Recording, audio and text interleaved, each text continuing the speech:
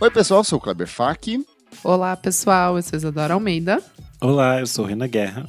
E no programa de hoje, por que você deveria ouvir Maria Bethânia? A gente vai aproveitar o aniversário de 80 anos da Abelha Rainha para discutir e mergulhar um pouco na obra dessa que é uma das vozes mais importantes da música brasileira. E para participar dessa discussão, não poderia ter outro convidado senão DJ Zé Pedro de volta aqui. Muito obrigado pelo retorno. Amor, mas esse assunto... Pergunta para os ouvintes se eles têm tempo, porque o dia vai amanhecer, entendeu? ou anoitecer, depende, né? Boa! Mas antes o que, Renan Guerra? Antes, você deve seguir a gente nas redes sociais, @podcastvfsm em tudo. E se você gosta do nosso trabalho, você pode apoiar no apoia.se/podcastvfsm. A partir de R$5 você tem acesso a vários conteúdos com bastante antecedência. Participa do nosso grupo fechado para apoiadores no Telegram e também pode assistir as gravações ao vivo, não é mesmo, Kleber? Exato, hoje aqui com a gente Henrique Almeida, Fabrício Neri, Leonel Moura, Tuane Malman, Marco Antônio Gomes, que está sem camisa aqui com visita na sala, e Vinícius Correia. Muito obrigado por apoiar. Eu vou mostrar meu Tony Ramos, eu vou me jogar. Boa. Vamos falar sobre música, gente? Bora. Vamos. Nascida em Santo Amaro da Purificação, na Bahia, Bethânia é filha de Dona Cano e irmã de Caetano Veloso. De voz única e com temperamento forte, Bethânia sempre fez aquilo que quis e acredita. Participando de peças teatrais e shows amadores em Salvador no início da década de 60, ela chamou a atenção de Nara Leão em uma visita da cantora à capital baiana. E de lá veio um convite. Bethânia substituiria Nara Leão no show Opinião no Rio de Janeiro aos 18 anos. Para vir ao Rio, seu pai colocou uma condição. Caetano Veloso, o irmão mais velho, viria junto com ela. Dos 4 baianos, Caetano, Gil, Gal, Bethânia sempre foi a mais desgarrada, sempre fez as coisas ao seu modo. Com o sucesso de Carcará, canção de protesto que se tornou o seu primeiro grande sucesso e a consagrou nacionalmente, ela lançou ainda em 1965 seu primeiro álbum de estúdio homônimo. Criando a partir dali alguns dos shows que iriam moldar uma estética da MPB nos anos seguintes, Bethânia não se filiou à Tropicália, criou seus próprios caminhos, casou canção popular com literatura e poesia, cantou o Brasil de Roberto Carlos e Gonzaguinha na mesma medida em que declamou Clarice Lispector e Fernando Pessoa. E agora, chegando aos 80 anos de idade, mais de 60 anos de carreira, a gente se reúne aqui para dizer por que você, nosso ouvinte, deveria ouvir também a Maria Bethânia.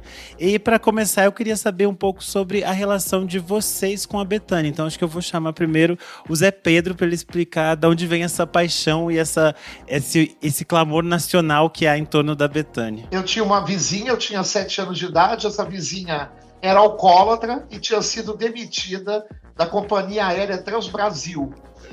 E aí minha mãe me deixava com ela, porque tinha que trabalhar, e eu ficava com essa vizinha muito doida, que só ouvia Maria Bethânia. Então, ela tinha um cara que ela era apaixonada, que chamava Luiz, que ela achava que a música da Bethânia, Luz da Noite, era pro Luiz, que ela queria.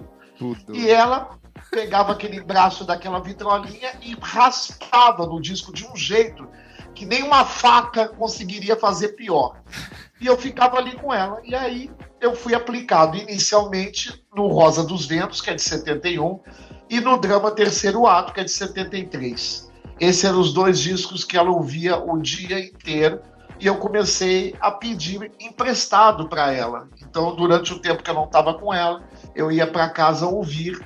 Então, até hoje, eu consigo ouvir Arranhões Imaginários, mesmo que já tenha saído em CD, em Blu-ray, em sei lá o quê, nas plataformas digitais. Toda vez eu consigo lembrar daqueles arranhões do disco dessa minha vizinha que se chamava Tatiana.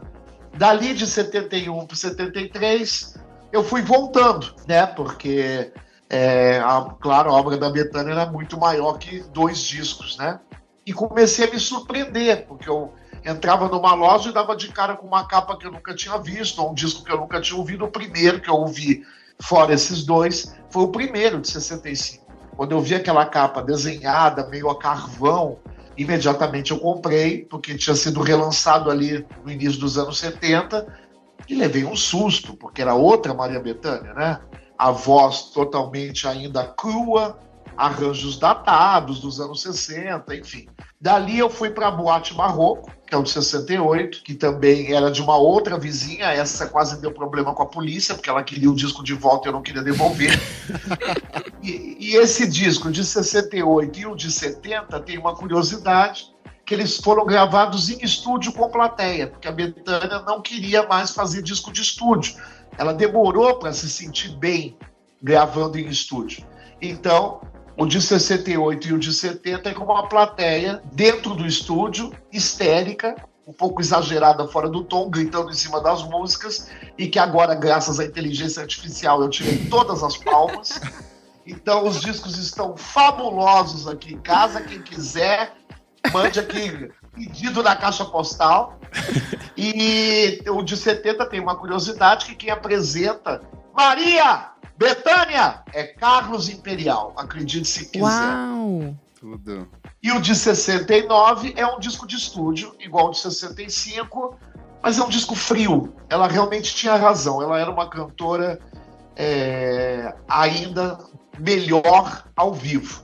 E legal ela ter essa sacação, né? Uhum. E aí, em 71, ela encontra o Fauzi Arap, né? Ela encontra ele, na verdade, um pouco antes, na década de 60. Eles fazem um show chamado Comigo Me Desavim, porque ela era fã do Fauzi Arap, e ia, todas as noites que ela tinha folga, ver ele fazer Dois Perdidos numa Noite Suja do Plínio Marcos. E um dia ele estava saindo, depois da apresentação, e ela estava sentada na calçada, e disse: eu preciso trabalhar com você. Foram para um bar, conversar, e dali nasceu uma amizade e uma forma de se expressar única, né? Mesmo que a Marlene tenha tentado fazer isso um pouco na década de 70 com Hermínio Belo de Carvalho, esse formato texto, música, ficou reconhecido como uma coisa de Bethânia e Fauzi Arap. Em 71, ele trabalhava com a doutora Nise Silveira, né, que trabalhava com os loucos, né, de um jeito muito afetuoso, particular. Ela não acreditava que a loucura tinha que ser resolvida à base de eletrochoque, e o Fauzi se apaixonou pelo trabalho da doutora Nise, e eles fizeram Rosa dos Ventos em cima dessa história com a doutora Nise. E a Bethânia, né, era louca pela Clarice Lispector, porque o Caetano tinha uma assinatura da revista Senhor, e ela se aproximou da Clarice no show Rosa dos Ventos, porque a Clarice era muito amiga do Fauzi. E o Fauzi, quando a Clarice foi nos ensaios e foi ver o espetáculo da estreia, gritou uma célebre frase que ficou também muito conhecida: faíscas no palco, né? Ela repetia isso sem parar e deu um texto inédito para a Bethânia, que encerrava o show Rosa dos Ventos. A Bethânia teve um problema no Rosa dos Ventos, porque gravar disco ao vivo naquela época era uma loucura. Vocês veem pela qualidade do Fatal da Gal Costa e pela qualidade do Rosa dos Ventos, como era horrível, né? Porque era muito difícil gravar ao vivo. E além de ter gravado ao vivo de um jeito tosco, ainda mexeu em toda a ordem do show, que era um show que era dividido por fogo, terra, ar, entendeu? E ela, quando ouviu esse disco, ela ficou uma semana trancada num quarto, deprimida, porque ela viu, né, aquele espetáculo ser destruído na hora que foi vendido como produto, como disco, né? Mas mesmo assim, hoje em dia, as pessoas decoraram aquela ordem do disco, que não tem nada a ver com a ordem do show. Porque muitos anos depois, eu tive o mistério de receber a fita original e descobrir que aquele disco é uma mentira, tá totalmente fora do lugar tudo, entendeu? E aí, em 72, ela faz o drama de estúdio, né? Produzido pelo Caetano Veloso e gravado aqui em São Paulo, no Estúdio Eldorado, que era um disco interessante, mas realmente a Bethânia, nesse momento, era boa mesmo ao vivo. Porque quando sai o drama terceiro ato ao vivo, aí realmente vira o disco das bichas, como diria Chico Buarque, dos desvalidos, das travestis, das crianças loucas que nem eu, enfim. O drama terceiro ato é um disco, na minha história, mais emblemático até que o Rosa dos Ventos, né? Mas o drama, o Fauzi não quis dirigir. O Fauzi não queria se repetir e não quis fazer o Rosa dos Ventos. Então ela chamou o Antônio Bivar, e uma poeta, uma dramaturga muito amiga dela, chamada Isabel Câmara. Então o drama é um show diferente do Rosa dos Ventos, porque é dirigido por outras pessoas, né? Em 74, ela faz um show chamado Cena Muda, onde ela não dizia nada, só cantava. Esse é um show dirigido pelo Fauzi, e é um show que foi considerado frio, porque o público sentiu falta daquela costura do texto com a música, e é um show em homenagem ao cinema, aos cantores do rádio. Eu adoro, e é o disco que a Bethânia mais gosta até hoje. Esse sim foi gravado com uma qualidade coerente, não é a melhor qualidade, mas muito melhor que Drama e Rosa dos Ventos, e está na ordem. Aquele é o roteiro do show mesmo. Perfeito. Acho que é interessante isso que o Zé falou de como a Bethânia tem essa mística e essa mítica de ela ser essa cantora difícil, que era a cantora das pessoas esquisitas. Depois virou até a piada que você faz, porque a Sônia Braga fala em Aquários, mostra que você é intenso, toca a Bethânia pra ela. E aí eu queria entender dos meus amigos aqui como foi pra eles esse primeiro contato com a Bethânia, porque eu acho que quando a gente nasce no Brasil, a gente que é mais jovem aqui, tem essa coisa, esse magético da Bethânia, mas acho que também tem essa dificuldade da gente acessar a Bethânia. Eu lembro que eu demorei muito pra ir ouvir de verdade, porque criava-se essa bruxa em torno de todas as coisas que ela era, mas quando você vai ouvir o disco, você entende toda a complexidade que tá ali, né? Sim. Bom, vou falar rapidinho aqui da minha experiência, né, de conhecer a Bethânia, porque meio que não tem, né? Quando você, é o que o Renan falou, quando você nasce no Brasil, você já tá ali, aquele pessoal junto com você. Não tenho a memória de quando eu vi pela primeira vez. Certamente foi vendo algum programa ali da Globo, alguma novela. Eu tenho muito na cabeça, mas não de quando realmente passou, porque eu era muito pequenininha. Talvez seja alguma reprise, né, de Fera Ferida, que eu tenho muito isso na memória. E as canções que você fez pra mim tinham um vinil. Não sei se era na casa da minha avó, não sei quem que tinha esse vinil, ou se é da minha mãe mesmo. E eu lembro muito da capa, assim. Mas é isso que o Renan falou. Eu fui ouvir Bethânia quando eu comecei a fazer o podcast, assim. E desses álbuns que a gente vai falar um pouco mais hoje, né, que a gente fez uma listinha para ajudar nossos ouvintes que querem começar a ouvir, eu só tinha ouvido 2. Zé Pedro, calar um pouco a boca, né? Para, Zé, que é isso.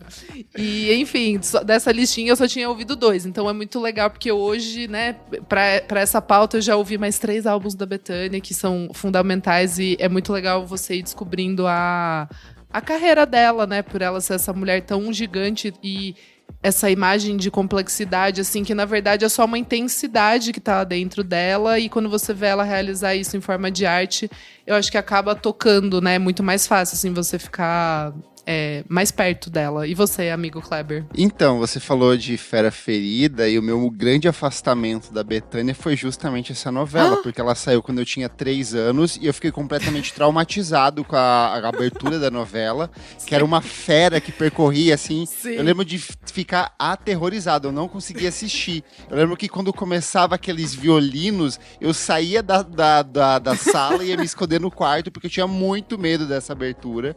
Então, acho que isso me afastou de Bethânia durante muitos anos.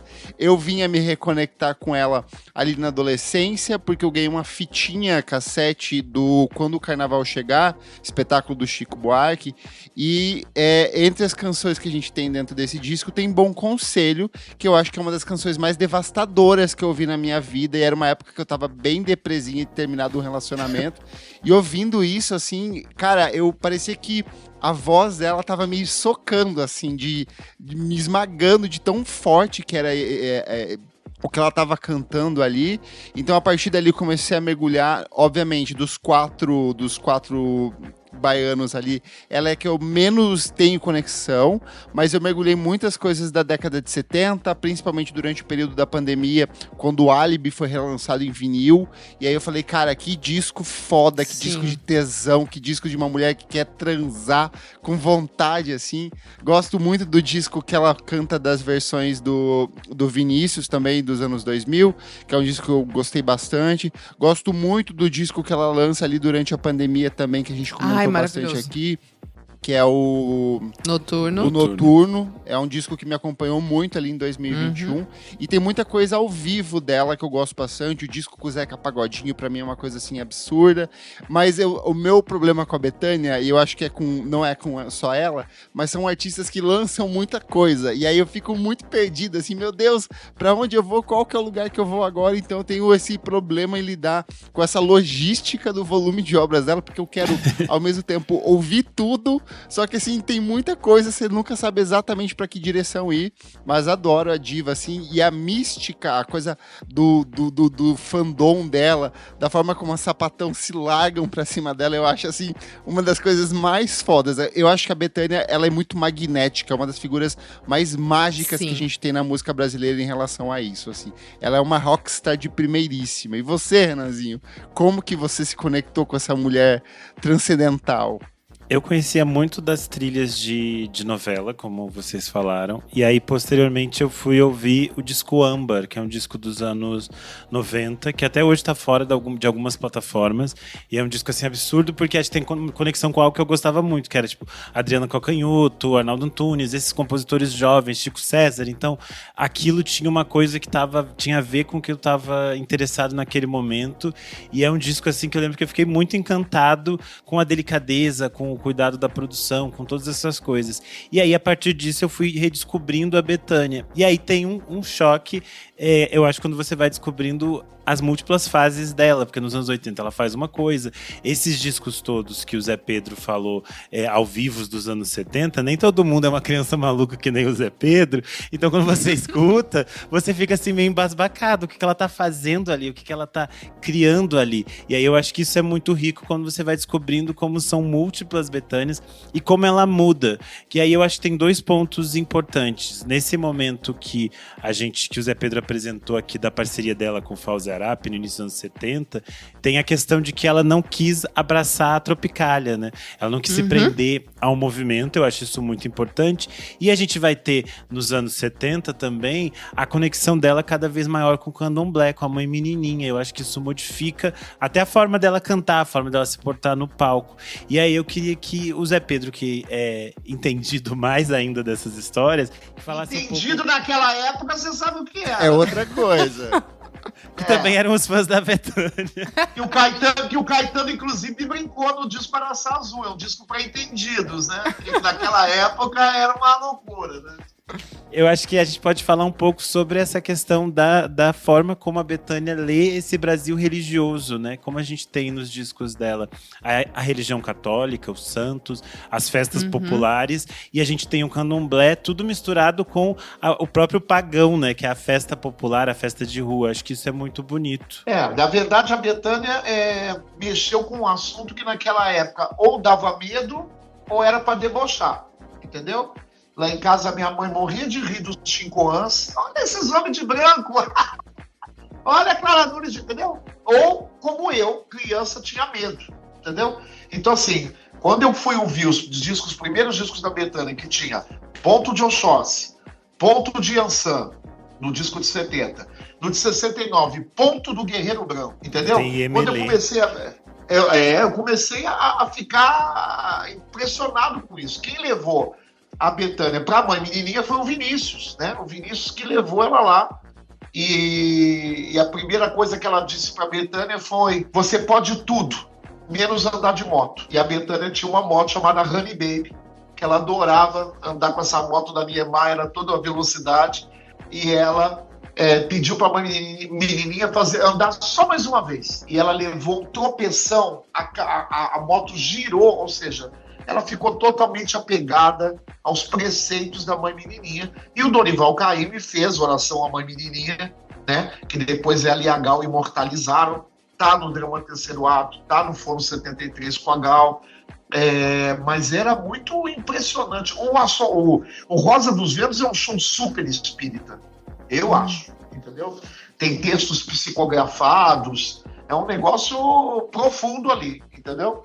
Então, tinha duas coisas que o Renan tinha falado. Essa coisa da religião e... Ela falou que ela também não se filiou à Tropicália, né? Que foi uma escolha dela. Exatamente. Mesmo a canção Baby tendo sido feita sob encomenda para ela Ela gravou no disco do Barroco, de 68, mas a canção estourou mesmo, foi com Gal Costa. Ela nunca quis participar de movimento nenhum, inclusive depois do Carcará, ela voltou para Santo Amaro e voltou para a recuperação de matemática.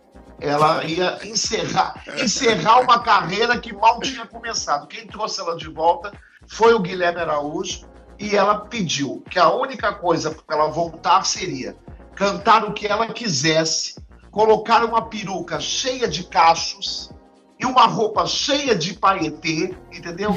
E cantar o que ela quisesse. E foi ali que ela se libertou, né? Inicialmente do Carcará, e foi se libertando das coisas, né?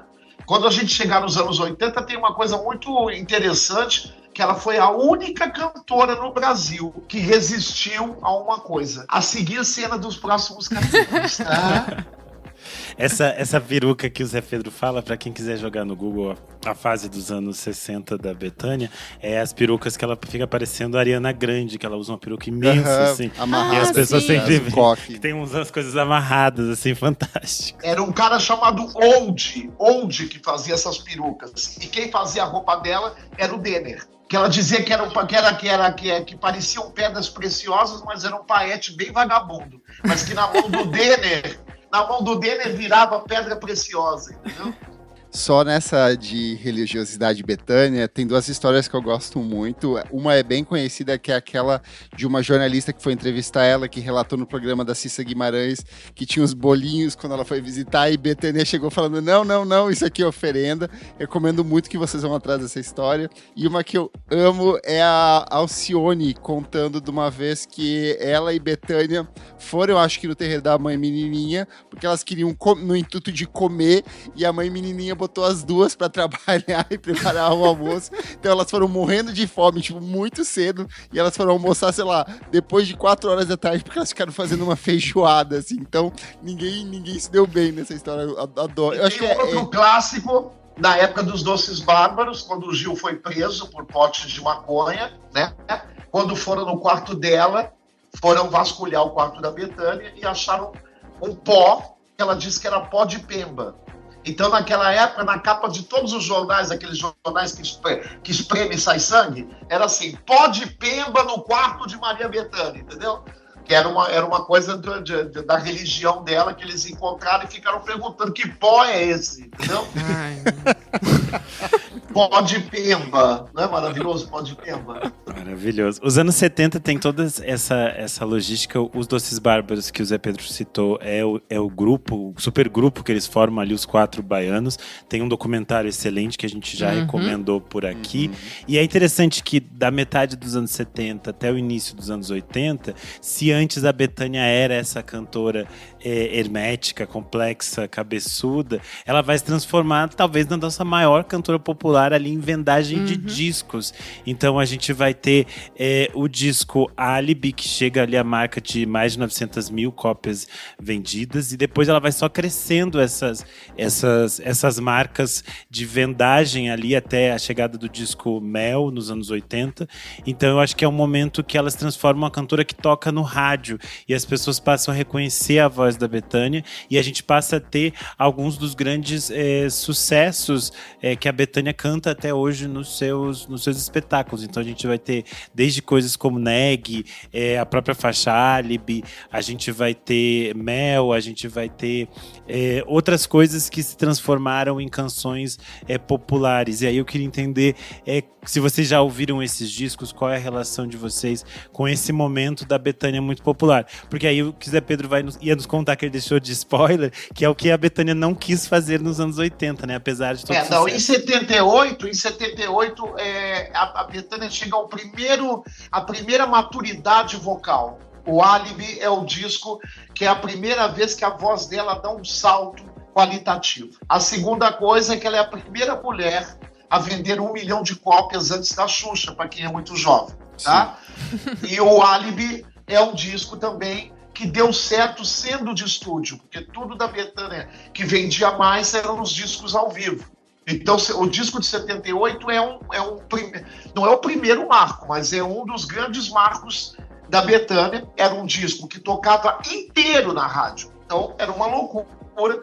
Porque primeiro teve o seu momento X música, depois outra, né? Claro que as que ficaram mais marcadas são Explode Coração e Negue, né? Que até hoje ela retoma, mas o disco tocava inteiro na rádio, né? Então era um sucesso absoluto, e aquela capa sexy, né? Com aquele desenho atrás, super interessante. Eu ficava, imagina, eu criança vendo aquelas línguas, né? Porque tem uma hora que tem duas pessoas meio com as línguas se beijando, assim, muito interessante aquele desenho atrás. Esse disco, pra mim, ele é 100% queer-coded, assim, tipo, a imagem de capa, o fato dela meter Alcione e Gal Costa, que eram 2 ícones femininos da época, é o disco altamente sapatônico, mas que ela joga com a sexualidade, porque muitas das músicas, por exemplo, eu amo O Meu Amor, né, que é uma música do Chico Buarque, sim. Então, assim, que ela canta com esse eu lírico feminino, sendo uma composição do Chico, então, assim, essa coisa do queer code dentro desse disco é uma coisa, assim, muito surreal. Eu acho ele muito E colocaram uma sambista, porque nós estamos falando de uma década de preconceitos. Sim. A Alcione era uma sambista, não poderia cantar num disco de MPB. Então, ela teve esse insight de botar a Gal, que era uma cantora de MPB, no samba de Ivone Lara, Sonho Meu, e de botar a Alcione na música de Chico Buarque. Então é muito interessante essa provocação que ela coloca ali. Eu só falar que vocês, né, que são muito, muito fãs, assim, eu sempre ouvi a Bethânia em As Melhores de Bethânia, sabe, assim, tipo, coisas soltas, não conheço muitas obras. O que também é bem natural, visto o volume de canções que ela tem ao longo da carreira, né, a compilação e ainda essencial. conheço bastante coisa, mas é muito legal ouvir o Alibi, assim, né, na ordem, porque realmente parece um álbum de hits, assim, que nem o Zé Pedro tava falando, né, foram músicas que foram trabalhadas, acredito que na época tudo meio que virou single ali, né? Tudo tocou em rádio. Então é muito bonito ver um álbum que foi comercialmente um sucesso, que tem uma estrutura muito, muito bem organizada, assim, tipo, é um álbum que ele vai crescendo, as participações são incríveis e as canções que, né, que não são letras dela, ela consegue colocar uma intenção ali, tipo, muito especial, assim, que eu fiquei bem de cara, né? Tipo, Explode Coração mesmo, né? Neg, é muito bonito, assim. Eu gostei bastante desse álbum. E aí tem o álbum, que é o Pássaro da Manhã, que é de 77, né? Que é no ano anterior. Que ela tenta pegar um show ao vivo e recortar e transformar num disco de estúdio. Então, o Pássaro da Manhã pega os melhores momentos, tipo o Falso Brilhante da Elis Regina. Eu adoro esse. Pega os melhores momentos do Pássaro da Manhã, do espetáculo Pássaro da Manhã, e dali sai um jeito estúpido de te amar, que era da novela O Astro, e virou realmente um...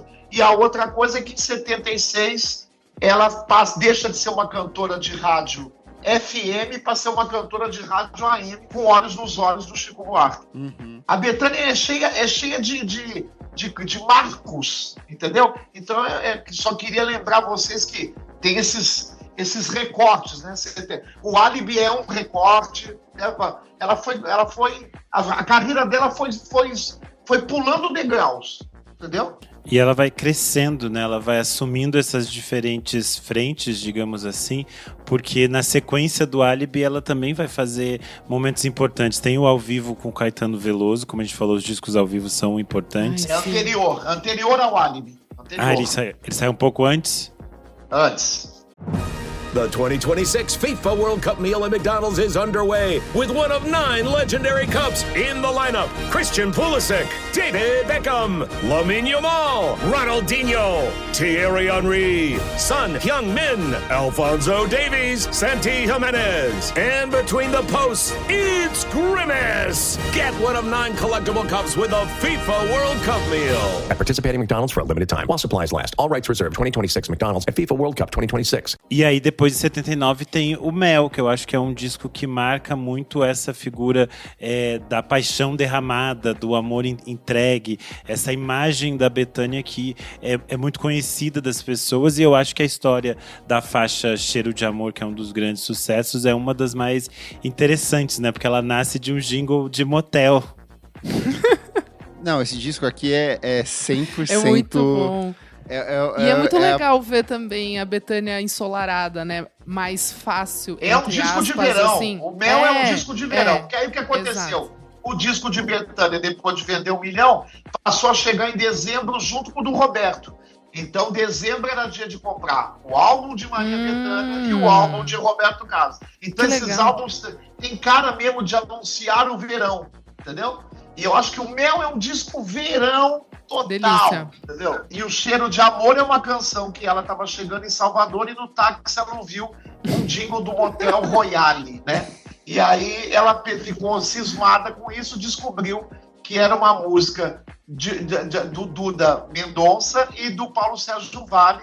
Ela pediu uma segunda parte da música e aí virou um acontecimento, mas nunca se falava nisso na época. Essa revelação do jingle de motel foi muitos anos depois. Então eu olhava aquela parceria e dizia, mas que engraçado essa parceria. Por que será que a Bethânia escolheu, né? E agora eu vou falar como DJ, Cheiro de Amor está no auge. Nunca esteve tão no auge. A ponto de você tocar no meio da noite, no ritmo original, e as pessoas enlouquecerem. Cheiro de Amor e Brincar de Viver voltaram com tudo. Com tesão puro, é tesão puro. Eu acho que é interessante pensar dessa fase também, que tem uma questão de que ela grava várias compositoras, né? Acho que isso é bonito. A gente citou ali O Sonho Meu, que é da Dona Ivone Lara, tem a Rosinha de Valença no Álibi. Aqui a gente vai ter a Ana Terra, a Joyce, vai ter a Ângela Rorô com Gota de Sangue. Eu acho que isso é muito emblemático, né? E tem essa questão de para um compositor brasileiro, a questão de você ganhar voz da Maria Bethânia é também uma chancela muito forte, né? Muito Sim. simbólica. Instaura-se um pouco uma coisa que começou a incomodar ela, que é uma cantora. O show Mel, por exemplo, era um show onde não tinha... Era um show de sucessos. Então ela suportou esse recorte de 1 milhão de cópias até o Talismã e o Alteza, né? E ela mesmo disse que não queria ficar na mão mais do maestro Peninho Albuquerque. Ela queria se libertar disso. Então é muito interessante que quando ela já estava sentada no sucesso, isso é que é legal da Bethânia, ela fica inquieta, entendeu?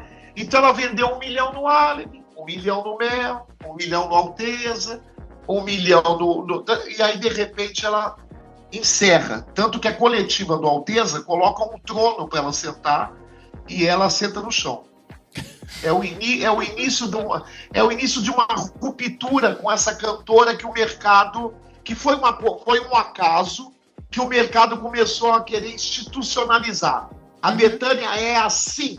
Quando eles achavam que a Bethânia era assim, ela faz o ciclo. Eu acho que o Ciclo, que é um álbum lançado em 1983, ele é considerado ali talvez a virada mais importante da Bethânia, da forma como ela lida com essa contramão do sucesso, né? De vender 1 milhão de discos, cria-se uma imagética do que é a Bethânia e a partir daqui ela decide fazer um disco acústico no meio de uma música MPB, uma música brasileira que estava sendo dominada pelos sintetizadores, pelos teclados eletrônicos, pela New Wave. Ela entra num outro universo que é acústico, com compositores e canções de uma complexidade, de uma densidade muito bonita, e eu acho que Ciclo marca um momento muito importante, tanto que a gente escolheu Ciclo aqui, adiantando um pouco, como um desses discos essenciais que as pessoas deveriam ouvir, porque é um disco que às vezes as pessoas até conhecem uma que outra faixa pinçada, mas é um disco, quando você ouve ele na íntegra, você acha muito surpreendente que ele é um disco de 1983. Eu achei muito legal, ele é mais conceitual. Mas é o início de uma curva descendente de vendas. As pessoas ainda compram o Ciclo pensando que vai vir um outro Mel. Quando elas chegam em casa, que elas veem esse disco, que foi consagrado pela crítica, elas começam uma fase de estranhamento com a Bethânia.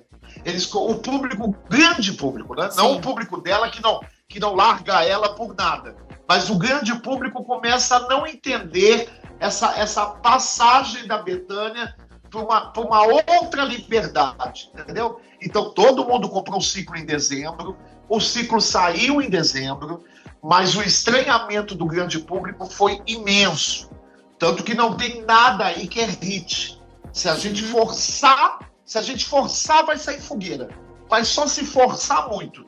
Porque é um disco estranho, entendeu? Ele é mais conceitual, assim, né? Eu achei ele mais difícil. Eu nunca tinha ouvido também inteiro. E achei ele mais complexo. Ele fala mais da artista mesmo, assim. Tipo, parece ser realmente um álbum mais pessoal, assim. Então, é um outro universo. Mas achei bem bonito. Por exemplo, todo mundo gravava com Lincoln Olivetti. Lincoln Olivetti era o maestro das estrelas. Sim.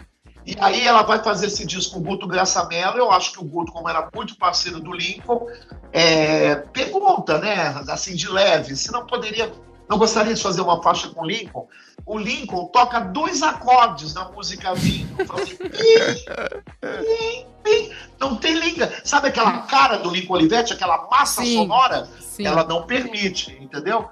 Então começa aí a fase de não da Bethânia, entendeu? O mercado vai para direita e ela vai para esquerda, entendeu?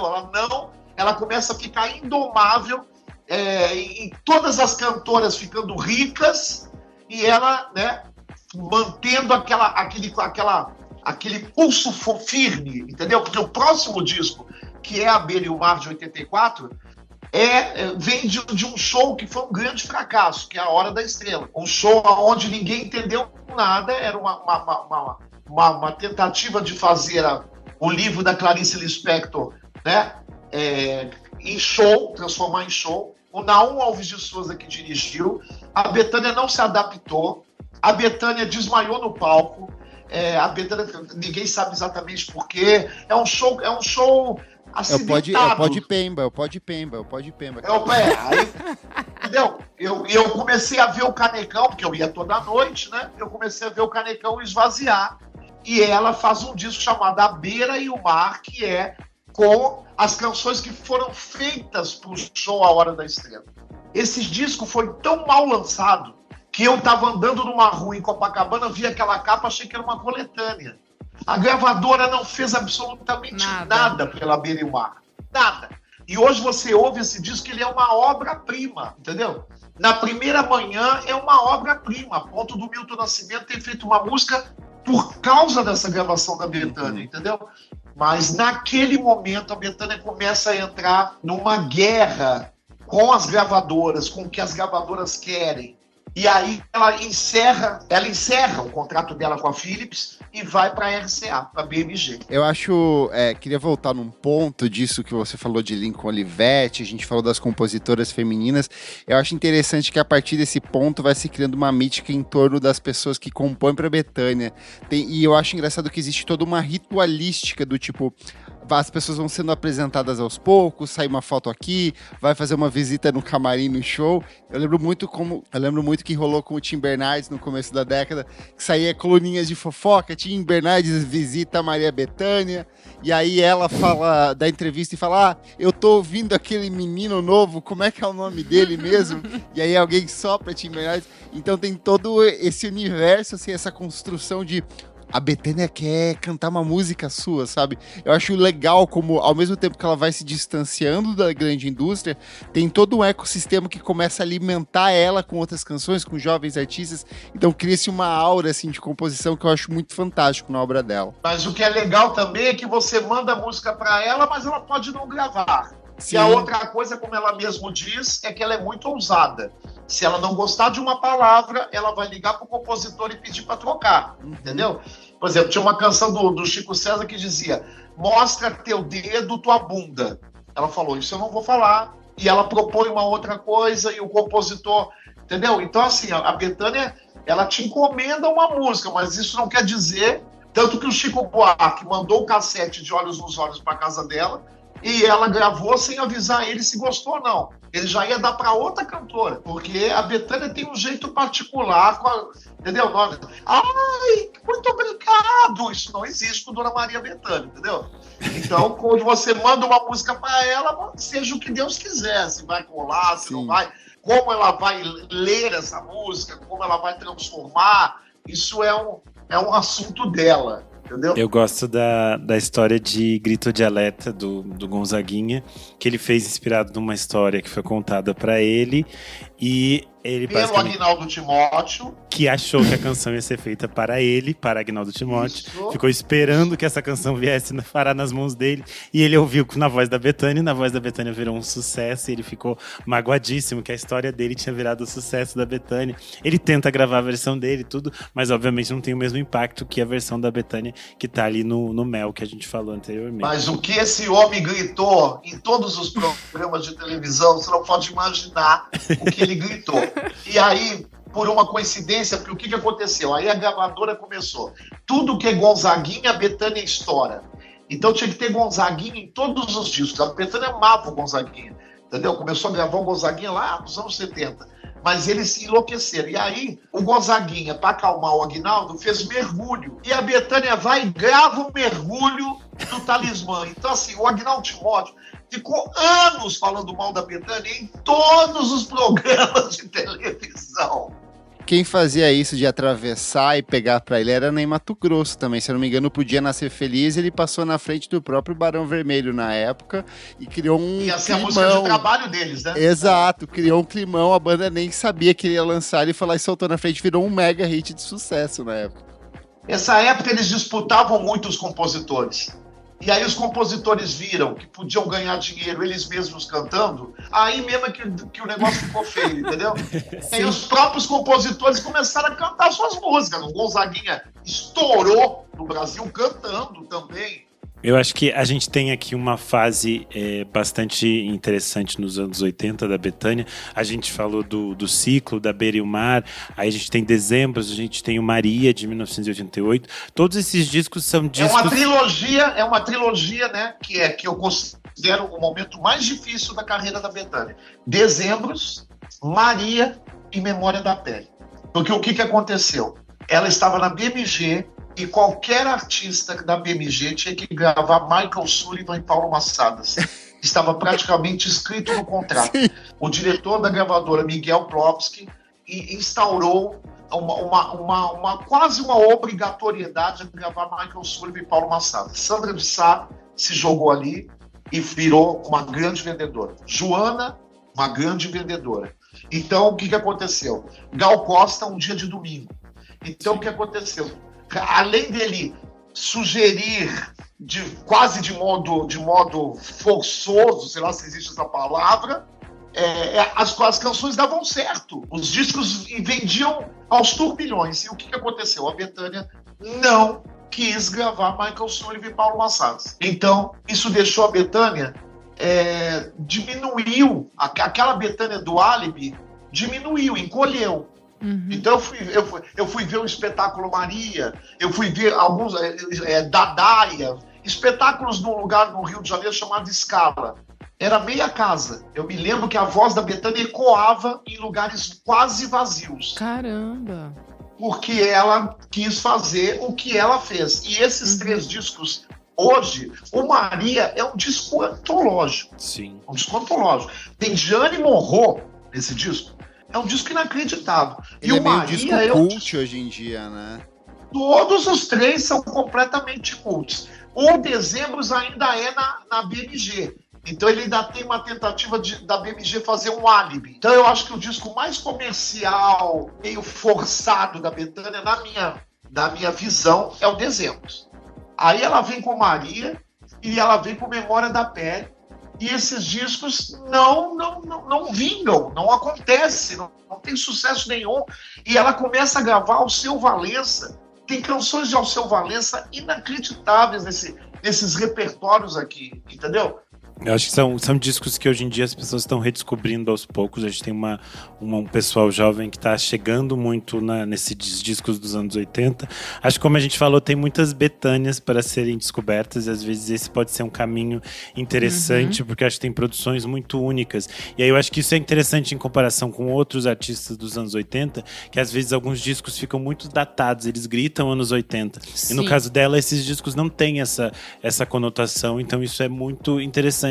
E eu acho que também marca essa passagem para o que ela vai fazer nos anos 90, né? Porque eu acho que também essa briga toda, esses caminhos que ela fez com as gravadoras vão levando ela pro que ela vai decidir fazer nos anos 90. A Gal ficou tão aprisionada ali nesse esquema BMG e toda essa confusão que ela brincava comigo que ela não fez o disco Lua de Mel Como o Diabo Gosta. Ela disse, eu não fiz esse disco.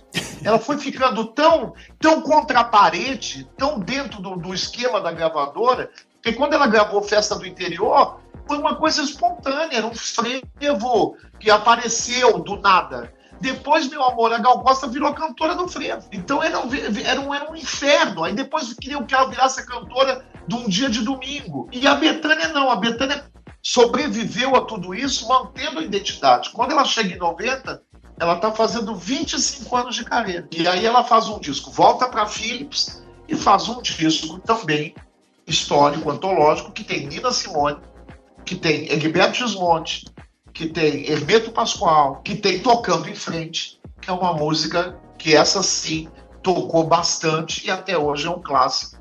Mas desse disco, eu acho que essa é a única canção que despontou ali, mas é um sucesso da Bethânia, né? Que é mais uma música que ela roubou dos compositores, que ela falou, essa eu vou gravar, e definiu, essa eu vou gravar, não importa se alguém mais vai gravar, tá na minha mão. Ela tinha essa e ela tinha Gostoso Demais no Dezembros. É uma música de Dominguinhos, que é a cara da Elba Ramalho, mas como a Elba já estava estourada com De Volta para o Aconchego, o Gostoso Demais ficou conhecido na voz da Bethânia. E aí eu acho que quando a gente chega nos anos 90, a gente tem alguma das coisas mais emblemáticas da carreira da Bethânia, que é a gravação do disco com as composições do Roberto Carlos do Erasmo, que é as canções que você fez pra mim. Só um minutinho, Renan, só um minutinho. Antes nós temos Olho d'Água, que é um outro sucesso, anti-sucesso total.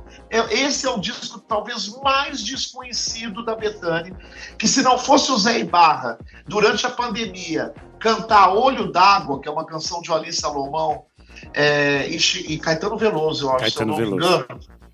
Meu amor, esse disco é o maior enigma, é a maior esfinge da discografia da Bethânia. Ninguém foi nesse disco. É um disco tanto que ela foi convidada a fazer o disco do Roberto, mas esse convite era quase uma pressão.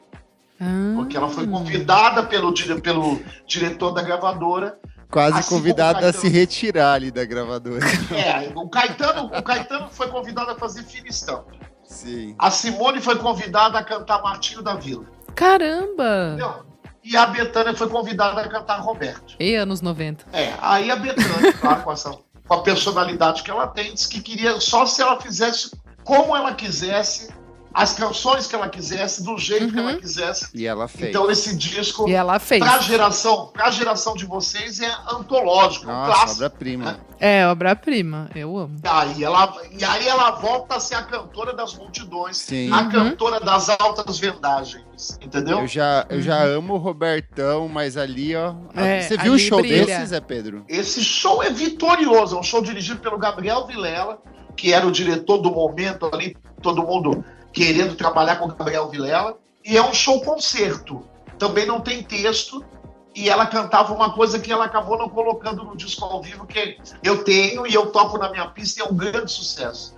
Quem embora vai, adeus, bye, bye. Ela já dava uma flertada com o axé naquele momento, né? Super interessante, e ela não quis colocar no disco ao vivo, porque aí o disco ao vivo é igual ao disco de estúdio, mas todo mundo comprou do mesmo jeito. Entendeu? Esse acabou se transformando no disco de maior sucesso da Bethânia até hoje, é o disco que mais vendeu. Eu acho que ele tem um impacto para uma geração mais jovem, porque a partir dos anos 90, o Roberto Carlos vai ficando com uma imagem muito desgastada. As pessoas vão questionando muito essa imagem, e às vezes elas se afastam do Roberto compositor por causa dessa imagem especial da Globo, toda essa coisa meio que está em torno da imagem do Roberto.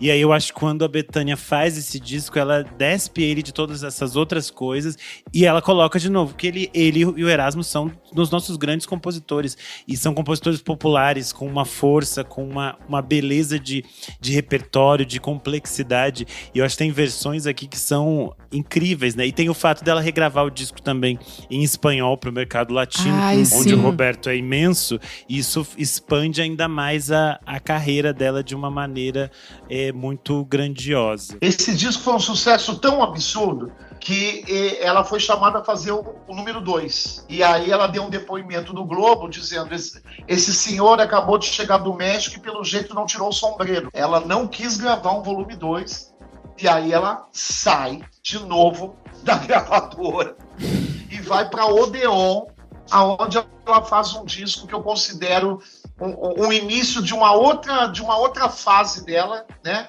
Que ela ainda está vivendo de uma certa forma. Uma fase onde temos Arnaldo Antunes, Chico César, Adriana Calcanhoto, compositores que estão por aí na carreira dela até agora, né? É um disco que também foi recebido friamente pelo grande público, mas quando ele estreou com o nome de Imitação da Vida, misturando textos de Fernando Pessoa, aí ela criava o novo Rosa dos Ventos, na minha opinião. A geração de vocês se apegou a esse álbum Imitação da Vida, se apegou a esse show, ele virou um show histórico para a geração de vocês. E é um disco muito bem gravado ao vivo também, e é uma construção do Fauzi Arap com ela, como não se via há muitos anos. Mas o amba de estúdio, deles, né? O amba de estúdio que você gosta, Renan, esse amba de estúdio, ele foi recebido friamente, mas é um disco que merece ser ouvido agora, é maravilhoso. A partir daqui, então, como o Zé Pedro falou, a gente vai ter esse momento que é essa Bethânia moderna que a gente conhece e continua acompanhando. A gente vai ter A Força Que Nunca Seca, em 1999, é o disco que ela apresenta a Vanessa da Mata, por exemplo. A gente tem Maricotinha, em 2001, que é outro momento muito emblemático. Adoro esse disco. Da Maricotinha até aqui, eu ainda fico na Maricotinha. Maricotinha é um show e um disco que a Bethânia fez coisas lindas depois, ainda está fazendo, mas meu coração parou na Maricotinha, tanto do show quanto do disco de estúdio, porque é muito pop, tem um frescor. Esses dias eu fiquei ouvindo o Maricotinha de estúdio, recomendo a todo mundo aqui que ouça. É um disco jovem, tem uma coisa fresca, né?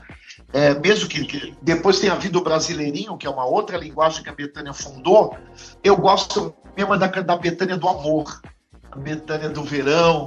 Eu acho que o Maricotinha é um show e um disco de verão. Vou ouvir. E o ao vivo do Maricotinha, eu acho que tem muito dessas coisas, desse aprendizado dela de palco, de texto, de narrativa, de conversa. E é muito bem gravado, então é muito bom de ouvir. Você vai aprendendo todas aquelas coisas que estão ali.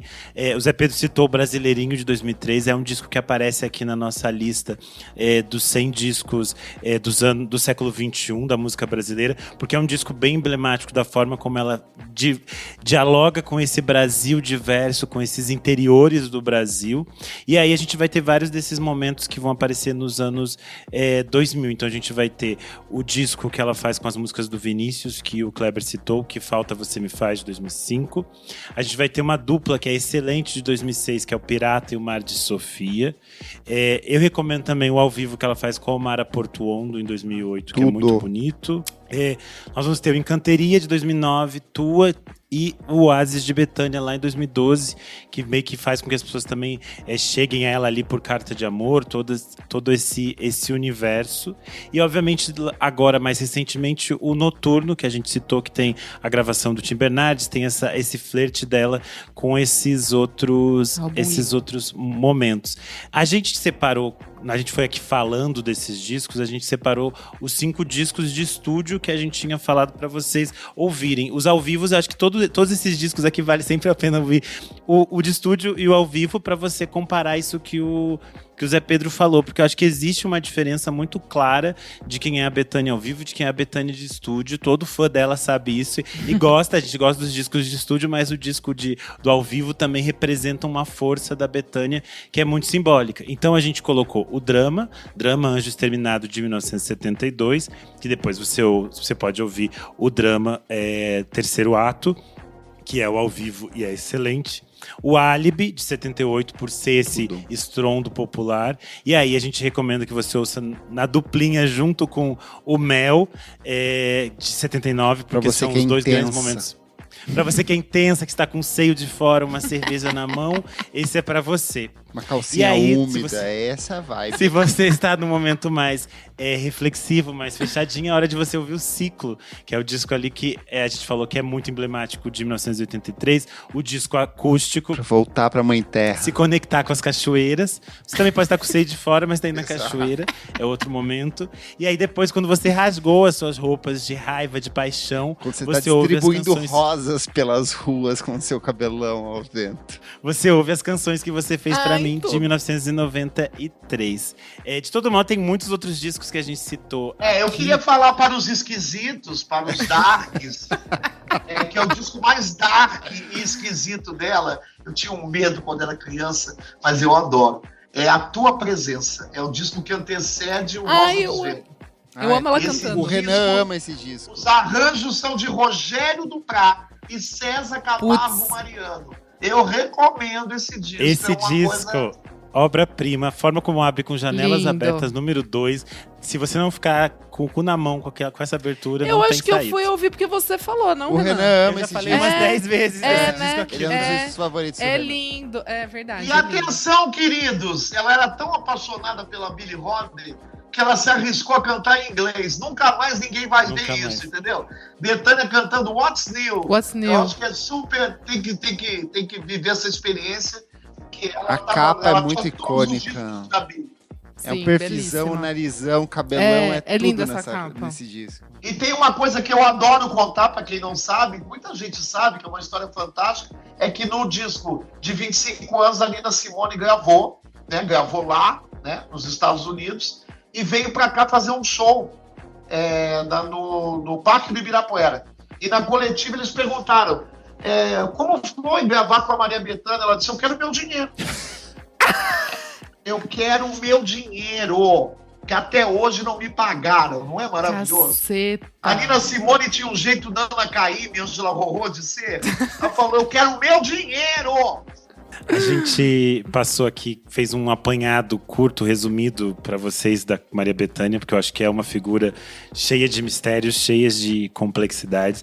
Pra gente fechar, eu sei que o Zé Pedro tem uma história que ele não contou, que é quando ele foi no show da Bethânia. Na verdade, que ele não podia entrar no show da Bethânia, que ele não tinha idade para entrar no show da Bethânia. E eu queria que ele contasse essa história para terminar. Eu fui morar em cima do Teatro da Praia. O teatro que a Bethânia se apresentou praticamente durante toda a década de 70. E ela foi se apresentar com o Pássaro da Manhã. E aí eu não podia entrar, porque naquela época a censura era violenta. Eu ficava lá embaixo. Eu descia escondido da minha mãe, ficava na porta ouvindo, com o programa na mão, e o dono do teatro, com pena de mim, abria sempre no bis. Então eu só tenho uma imagem desse show, que é o bis. E depois eu voltava, saía dali e descia pro camarim, que era embaixo, e sentava no colo da Bethânia. Não é maravilhoso? Todo mundo aqui pode ouvir Bethânia livremente, mas quero saber quem é que já sentou no colo da Bethânia. Eu, meu amor, eu que sentei. Acho que com isso a gente encerra. Acho que a gente fez um resumão aqui para as pessoas, para os nossos ouvintes. Acho que sempre vale a pena descobrir e redescobrir a Bethânia. Acho que tem muitas coisas dela que o público em geral ainda não conhece, ainda merece ser ouvido com atenção devida. Tem uma história e um legado que vai muito além desse misticismo criado em torno dela, porque é uma cantora, uma intérprete, uma pesquisadora musical muito forte, muito intensa. E aí eu queria agradecer o Zé Pedro por ter topado conversar com a gente nessa loucura, que contar essas histórias, porque ele era a melhor pessoa para fazer esse papo. Praticamente um filho de Bethânia. Foi minha primeira sensação musical, né? Depois dela vieram milhões de cantoras. Eu sou conhecido como um cara apaixonado por cantoras. Mas, gente, não tem como a Bethânia. Não tem, porque ela não é exatamente uma cantora, não é exatamente uma atriz, ela se chama Maria Bethânia, ela é Maria Bethânia. E realmente é uma coisa que eu já... Se você se apaixona pela Bethânia, você nunca tem um momento vergonhinha. Eu tenho uma vergonhinha dessa fase da Bethânia. Não tem, meu amor. Bethânia conseguiu enfrentar tudo e todos e continuar mantendo a qualidade, a surpresa, tudo que ela queria fazer lá em Santo Amaro, ela continua cumprindo. Então, assim, quem gosta de Bethânia realmente não vai jamais ter vergonha disso. Perfeito. E viva Maria Bethânia! Viva! Vamos pro próximo bloco. Não paro de ouvir. This episode is brought to you by Prime. What if you had one more chance with the one that got away? Sam, you came home. Based on the best-selling novel from Carly Fortune. Every Year After follows childhood friends Sam and Percy as they reunite in the dreamy, nostalgic lakeside town of Barry's Bay. Love can be hard to find. So if you're lucky enough to find that person, never let go. A second chance at first love. Every Year After, now streaming only on Prime.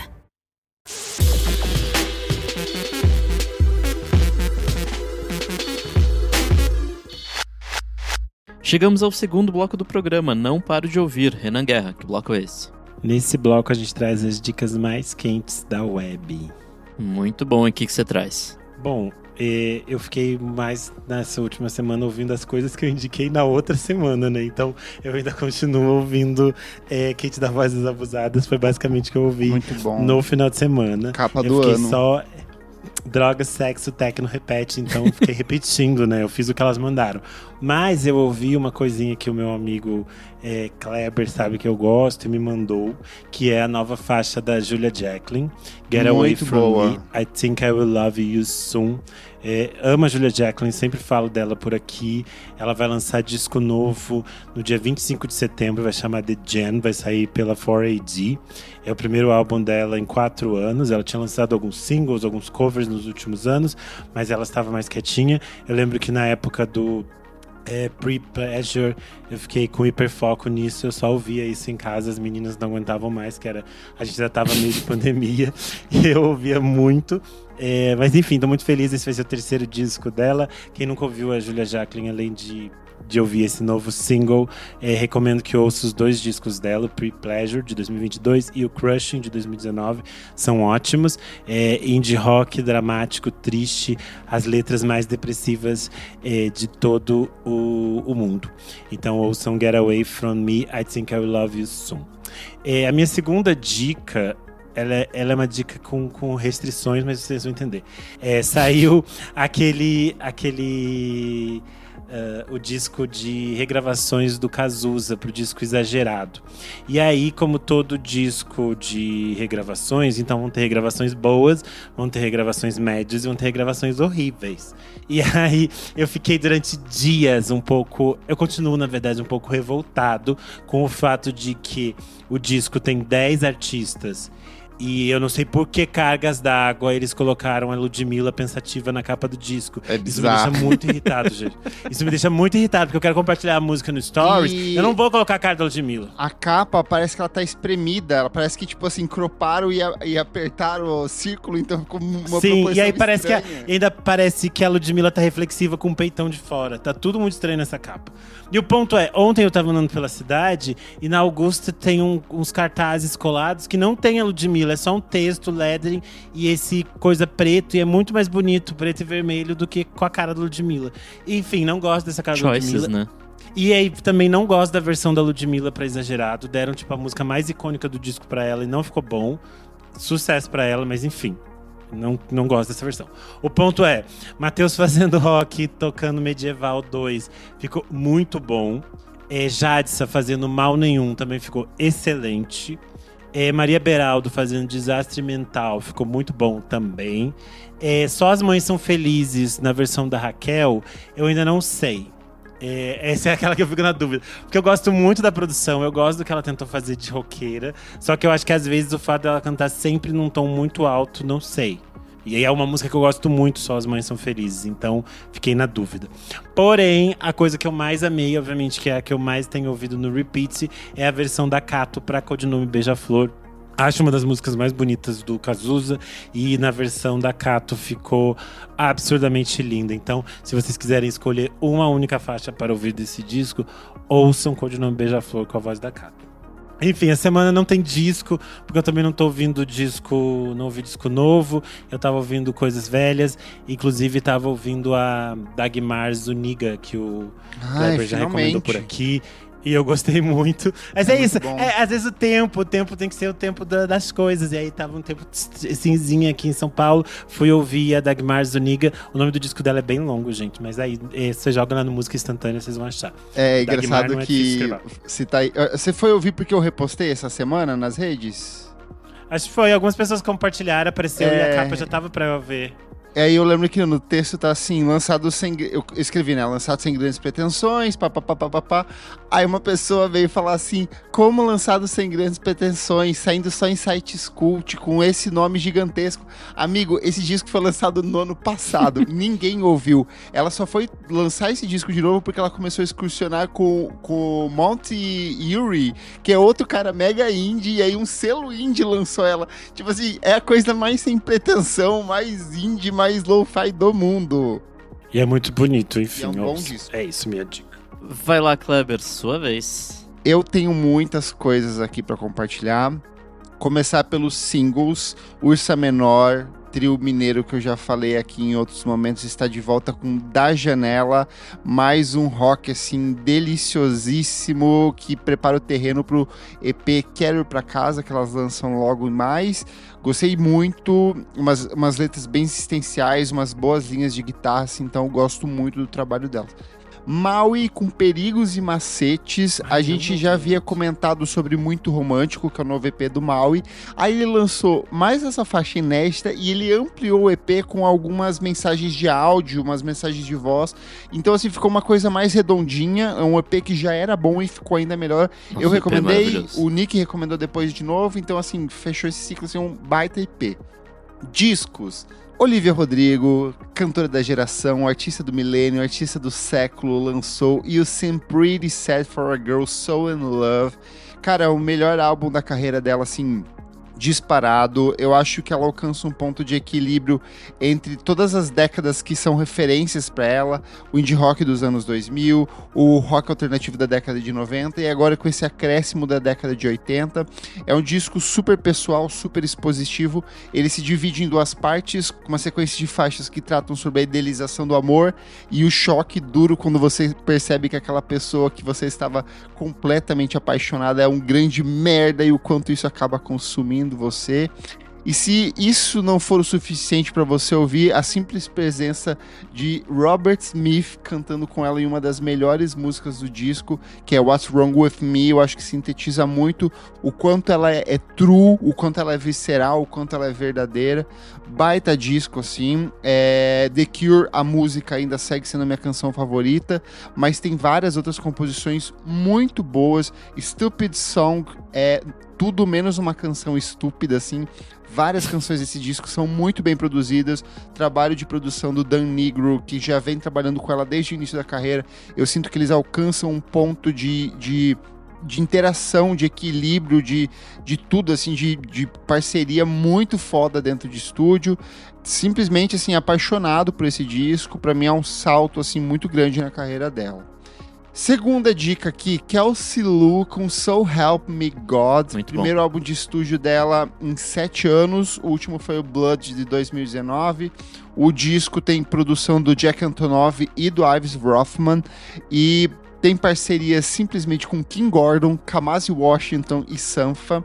Eu acho que é muito bom ouvir a Kelsey Lu, porque ela é uma dessas artistas que abraça o soul e o R&B como uma mulher negra, mas ela vai para além de um gênero específico ao qual as artistas negras estão historicamente atrelados, assim. O disco abre já numa levada meio country, meio alt country, assim. Então ela vai para uma abordagem bem exploratória, capa lindíssima. Eu acho que ele é um disco mais contemplativo, eu tô absorvendo ele ainda, mas gostei de tudo que eu ouvi até agora. Esse é um disco que pelos singles não me pegou, mas não, aí... ele funciona como disco, né? É, assim, quando você vai ouvindo com o disco, fala, ah, tá, faz total sentido. Ele é muito bom, assim, realmente, discão. Yawene Gun com Magazine. O Yawene Gun é um grupo nova-iorquino de art rock, math rock, noise pop. É um grupo que transita por entre estilos. Eles lançaram um dos discos favoritos nossos do ano passado, que é o 45 Pounds.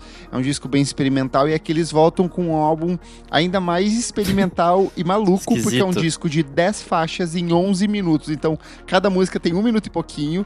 Eu vi o show de lançamento que eles fizeram nesse final de semana num lugar, assim, aberto, a galera surtando com eles, fritando, assim, em cima do palco.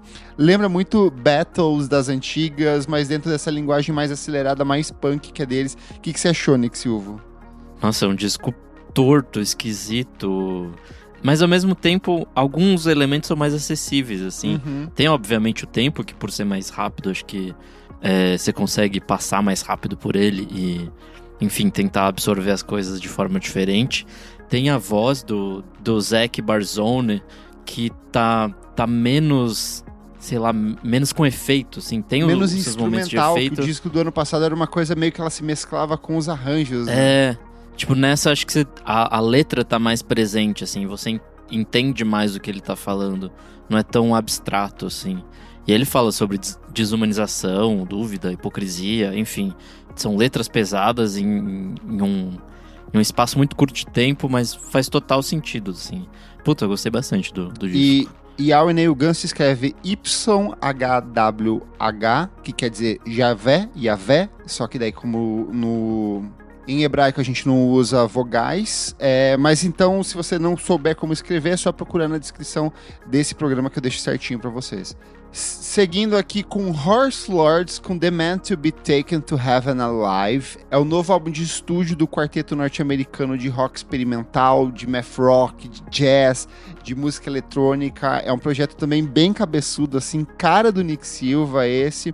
O último disco deles foi muito bom, o de 2022, que era o Comradely Objects, e eles voltam com esse novo disco, assim, que continua destacando essa abordagem mais exploratória da banda. Fechando aqui nas internacionais, Diles que não me matem, escrito em água, grupo mexicano que a gente já trouxe aqui, vão tocar no Brasil em agosto pela Balaclava Records, e eles voltam com esse disco que transita ali entre o rock progressivo, o pós-rock, o art rock, assim, aquela misturinha meio psicodélica, então mais um trabalho bem interessante. Indo para os lançamentos nacionais, Marina Liori, que eu sei que o Renan adora, Com Vontade Pura, é o EP de estreia dela, trabalho que tem produção do Bernardo Brau e do Felipe D'Angelo. É um disco lindíssimo, a voz dessa mulher assim, é um absurdo de bonito, é umas melodias assim, as harmonias de vozes impecáveis, tem ecos de Xadê, tem ecos de muitas artistas importantes da música negra, mas eu acho que acima de tudo tem ela, porque ele é um disco que... é muito brasileiro também, né? Assim. Muito. Cada uma das músicas, ela meio que aporta em um território musical específico, justamente para mostrar toda a extensão vocal, o talento dela, a capacidade de transitar por diferentes estilos.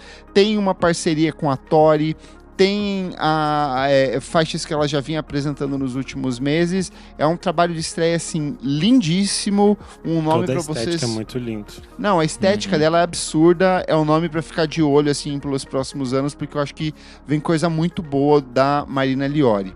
Mais uma aqui, que é o São Francisco 31, disco de estreia do Renan Benini, primeiro álbum dele em carreira solo. Renan é o compositor dos hits da Loop de Loop, todas as canções românticas da Loop são dele, e ele fez esse disco a partir de uma construção de um repertório de mais de 20 anos. São músicas que ele compôs desde o início da adolescência até o começo da vida adulta. Ele reuniu tudo dentro desse disco. Eu confesso que eu ainda estou absorvendo, não tenho uma opinião ainda formada, mas gostei dos singles e ainda tô mergulhando agora para entender qual que é a do disco de fato, assim, mas Renan é sempre bem interessante. Esse Renan, apenas esse, o outro Renan, descarte, gente. Tá bom. E para fechar as minhas dicas essa semana, eu vou com o álbum de estreia do Puterrier, Putaria é Quase Amor. Eu estava bem ansioso para ouvir esse disco. Desde o ano passado, quando ele lançou Vou Investir em Você com MC Carol, eu já fiquei surtado. E, cara, tá muito bom. Eu sinto que quando ele vai para essas coisas mais voltadas para música eletrônica, é onde ele acerta, onde ele brilha. Quando ele vai para isso, eu acho que ele acerta muito. Exemplo disso para mim é no Rio de Janeiro Eu Sou Casado, que é uma parceria dele com o MCGW, DJ Ramon Sucesso e Tasha Keyala.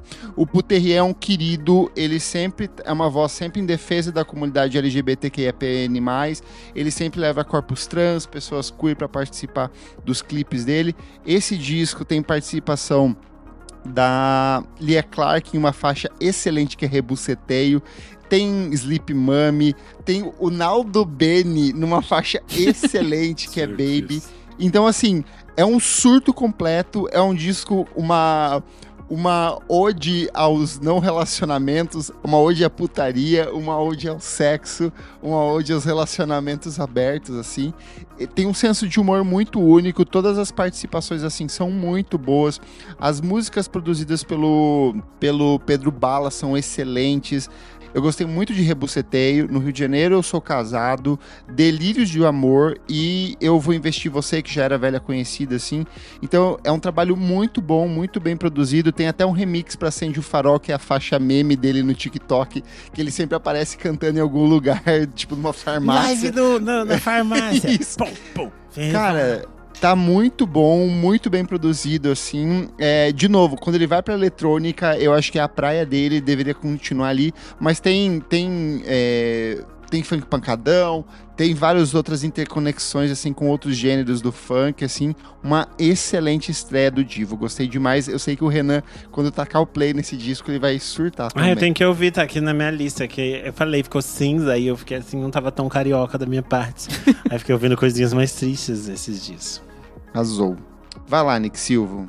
Bom, passou em branco aqui na semana que eu não vim o novo single da Kelela. Ele já é meio antiguinho, mas é muito bom. Muito chama bom. Point Blank.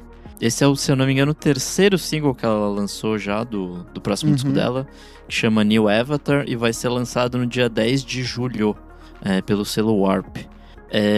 Produção do Oscar Scheller, aquele drum and bass, meio UK Garage, mais intimista, assim, muito bom. Tudo que ela lançou até agora desse disco tá fenomenal. Estou ansioso. Mais um aqui, singlezinho, é a Charlotte dos Santos com Roses. Fazia tempo que a gente não falava nela aqui. Ela é uma artista meio brasileira, meio norueguesa, que veio com esse novo singlezinho que é bem bom, assim. É meio jazz, meio soul, meio pop experimental. Gostei bastante. Tem produção do produtor sueco Joe Daniel. E a primeira coisa que ela lança desde o EP Neve Azul do ano passado, que meio que passou em branco por aqui, eu acho. Não sei se a gente não falou porque a gente não gostou. Em branco e... não sei se a gente não gostou ou se a gente só deixou passar mesmo. Enfim. Mas se o nome é Neve Azul, então ele passou em azul, não passou em branco. Pode ser também. Mais um aqui, o Chet Pile com Deep Blue. Chet Pile é essa banda de noise rock, sludge, metal, sludge, que a gente gosta bastante por aqui. Eles anunciaram o próximo disco deles, que chama Who Loves the Sun. Esse é o sucessor do Cool World de 2024, um disco que a gente gostou bastante por aqui, falou bastante. Nesse meio tempo também teve a colaboração que chama In the Earth Again com o Hayden Pedigo, que eu achei, sei lá, esquisito. É ruim. Não é legal. Não é bom nem do lado nem do Chet Pile, outro. nem do Hayden Pedigo. E eu amo as duas bandas, então assim, enfim. Mas essa volta com Deep Blue, eles voltam, né, o que estava anteriormente na banda, assim, essa coisa mais ruidosa, chiada, potente, gritada. E o vocalista, que é o Ray B, ele falou que esse próximo disco deles vai falar dele reclamando do mundo moderno. Sei lá, inteligência artificial, genocídio, mudanças climáticas, acúmulo de riqueza das elites. Vai ser esse tipo de coisa, então... Tudo que gostamos aqui. Eu amo meus roqueiros comunistas. Mais um aqui, o Helado Tropical com Sensation. Helado Tropical é o projeto que resulta do Helado Negro e da Reina Tropical. A gente já tinha falado do outro single que eles lançaram aqui há algum tempo.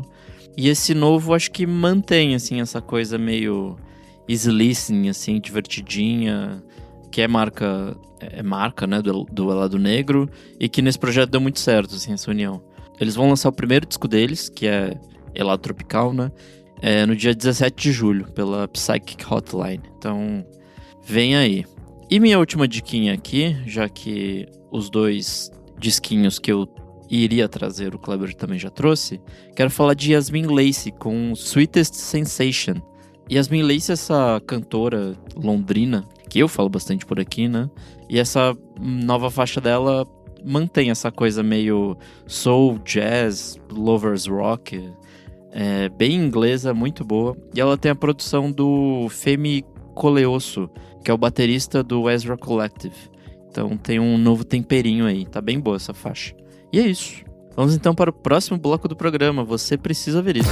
Your LinkedIn feed can give you daily insights from your professional community. It cannot keep you updated on the daily office gossip. Oh my gosh, no way. It can help you stay informed on the latest news and trends in your industry. It cannot stop your boss from trying to start a new office trend. Who's ready for Flip-Flop Fridays? And while we can't stop all of the office jargon... Does this vibe with our collaborative lattice work metric? LinkedIn can start taking your career to new heights. LinkedIn is the network that works for you.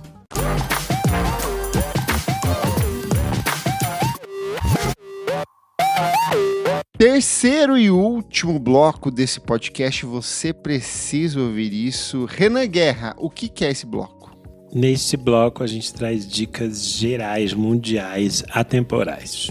Muito bom. E o que você traz pra gente, Nick Silva? Já que o Renan falou em mundiais, eu quero trazer o Mundial de Futebol, a Copa do Mundo. Estou mergulhado nesse mundinho aqui. Tá bem divertido, tem muitos jogos nada a ver, afinal são 48 times e vários desses nem jogam tanta bola assim. Mas é divertido, sei lá, às vezes sai tipo um 7-1 de novo, da Alemanha botando em Curaçao, enfim. É esse tipo de coisa, né? Mais uma diquinha aqui. Tá sem dica, né, amor? Tá sem dica, né? Tem que inventar dica. Sendo que a gente tem uma dica boa e você tá dando dica ruim, dica meio merda, hein? Espere, porque a próxima dica faz mais sentido com esse podcast, que é a Lued de Luna. Ela lançou um acústico maravilhoso.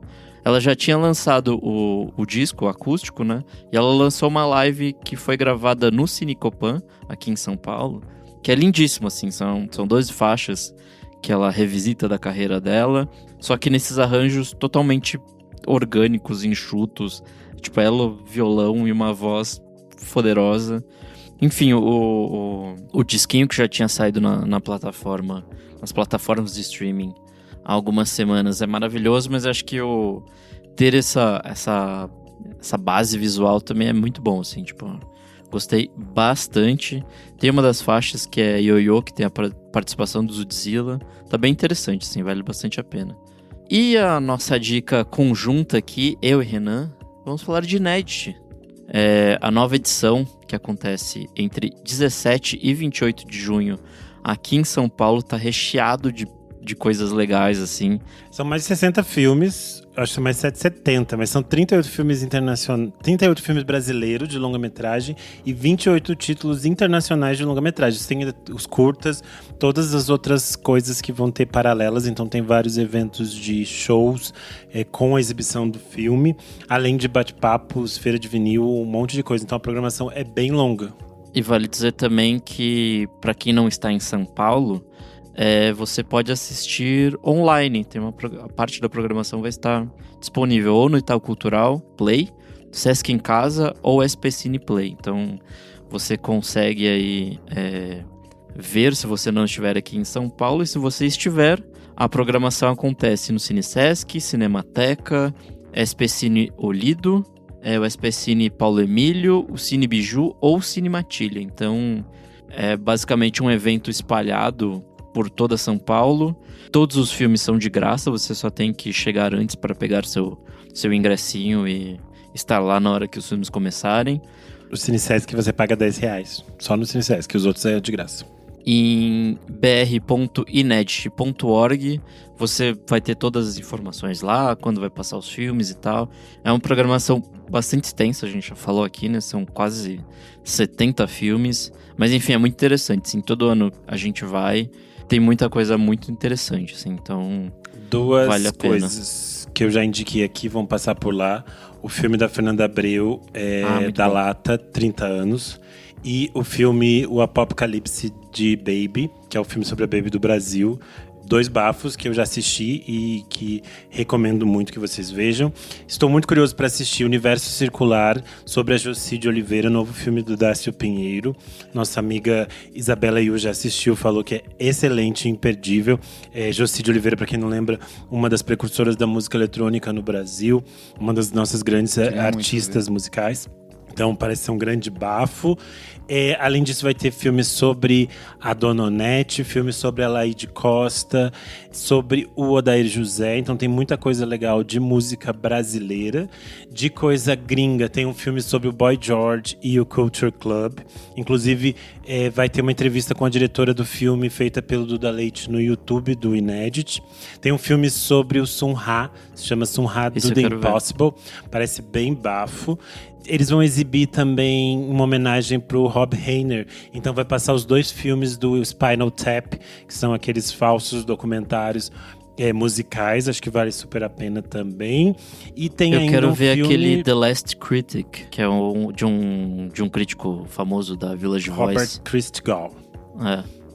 E tem um filme também que reconta a história do Cheech and Chong, aquela dupla que é de comédia e musical, tudo mais. Então tem bastante coisa legal. Isso aqui é só alguns highlights que eu trouxe aqui, mas procurem porque tem muita coisa para assistir, muitos espaços para ver.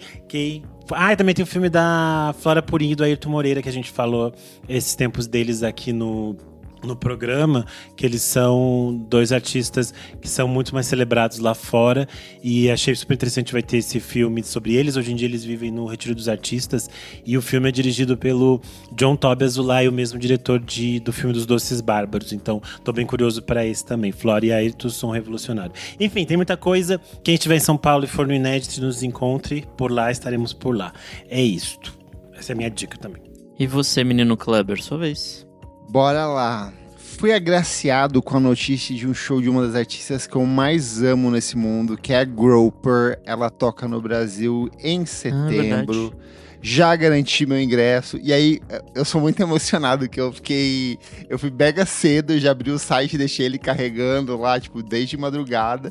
E aí, quando eu fui comprar, falando assim, nossa, vai esgotar, não vai sobrar nada, eu consegui comprar na primeira fila. E ainda tem ingresso sendo vendido. Eu lembrei muito da vez que quando o Beach House veio fazer show em São Paulo, eu fui comprar na presencial, no Joia. E aí, assim, tipo, tinha acabado de abrir, não tinha uma única unidade de pessoa na rua, foi a única pessoa que comprou lá. Mas enfim, amo a minha diva, a minha Liz Harris da vida. Tanto que, quando a gente gravou o programa Gostamos Muito e Falamos Pouco, eu trouxe a Groper como uma das minhas artistas. Lá eu monto uma sequência de álbuns dela que eu considero essenciais. Eu acho ela uma das vozes mais importantes desse ambiente pop, dream pop, drone, lo-fi. É uma artista que começou a carreira vendendo os CDzinhos dela, que eram CDRs. Depois ela se transformou nos nomes mais cultuados e importantes da música ambiente norte-americana. Gosto demais dela, tô ansioso para essa apresentação. Acredito que deva vir disco novo por aí. Então ouça a edição Gostamos Muito, Falamos Pouco, onde eu mergulho um pouco mais na minha relação com a Groper.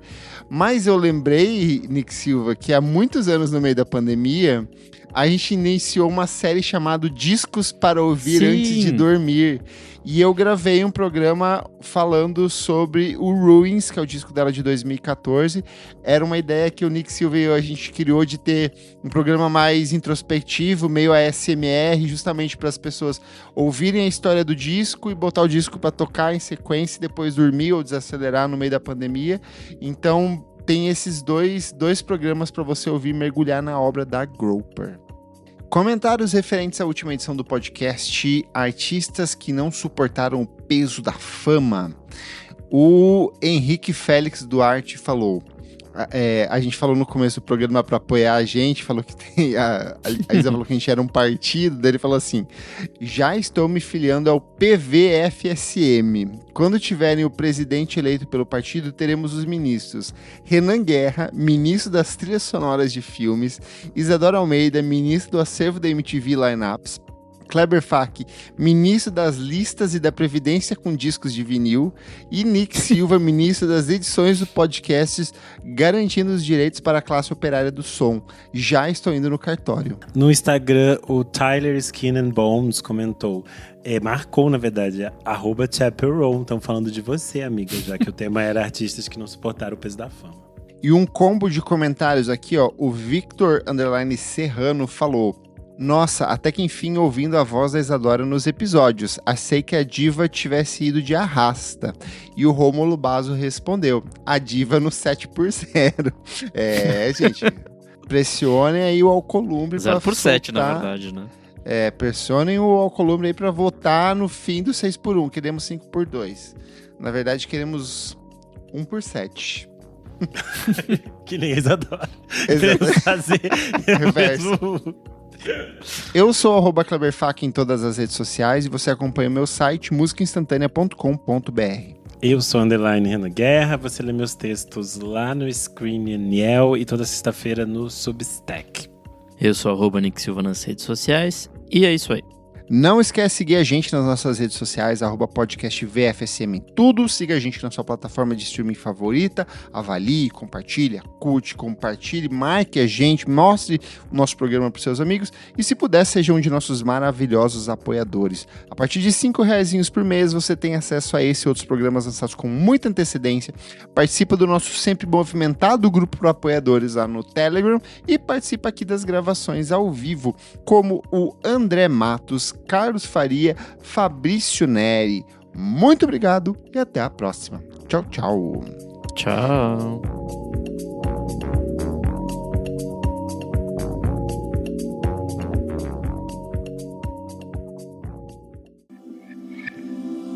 Esse podcast foi editado por Nick Silva.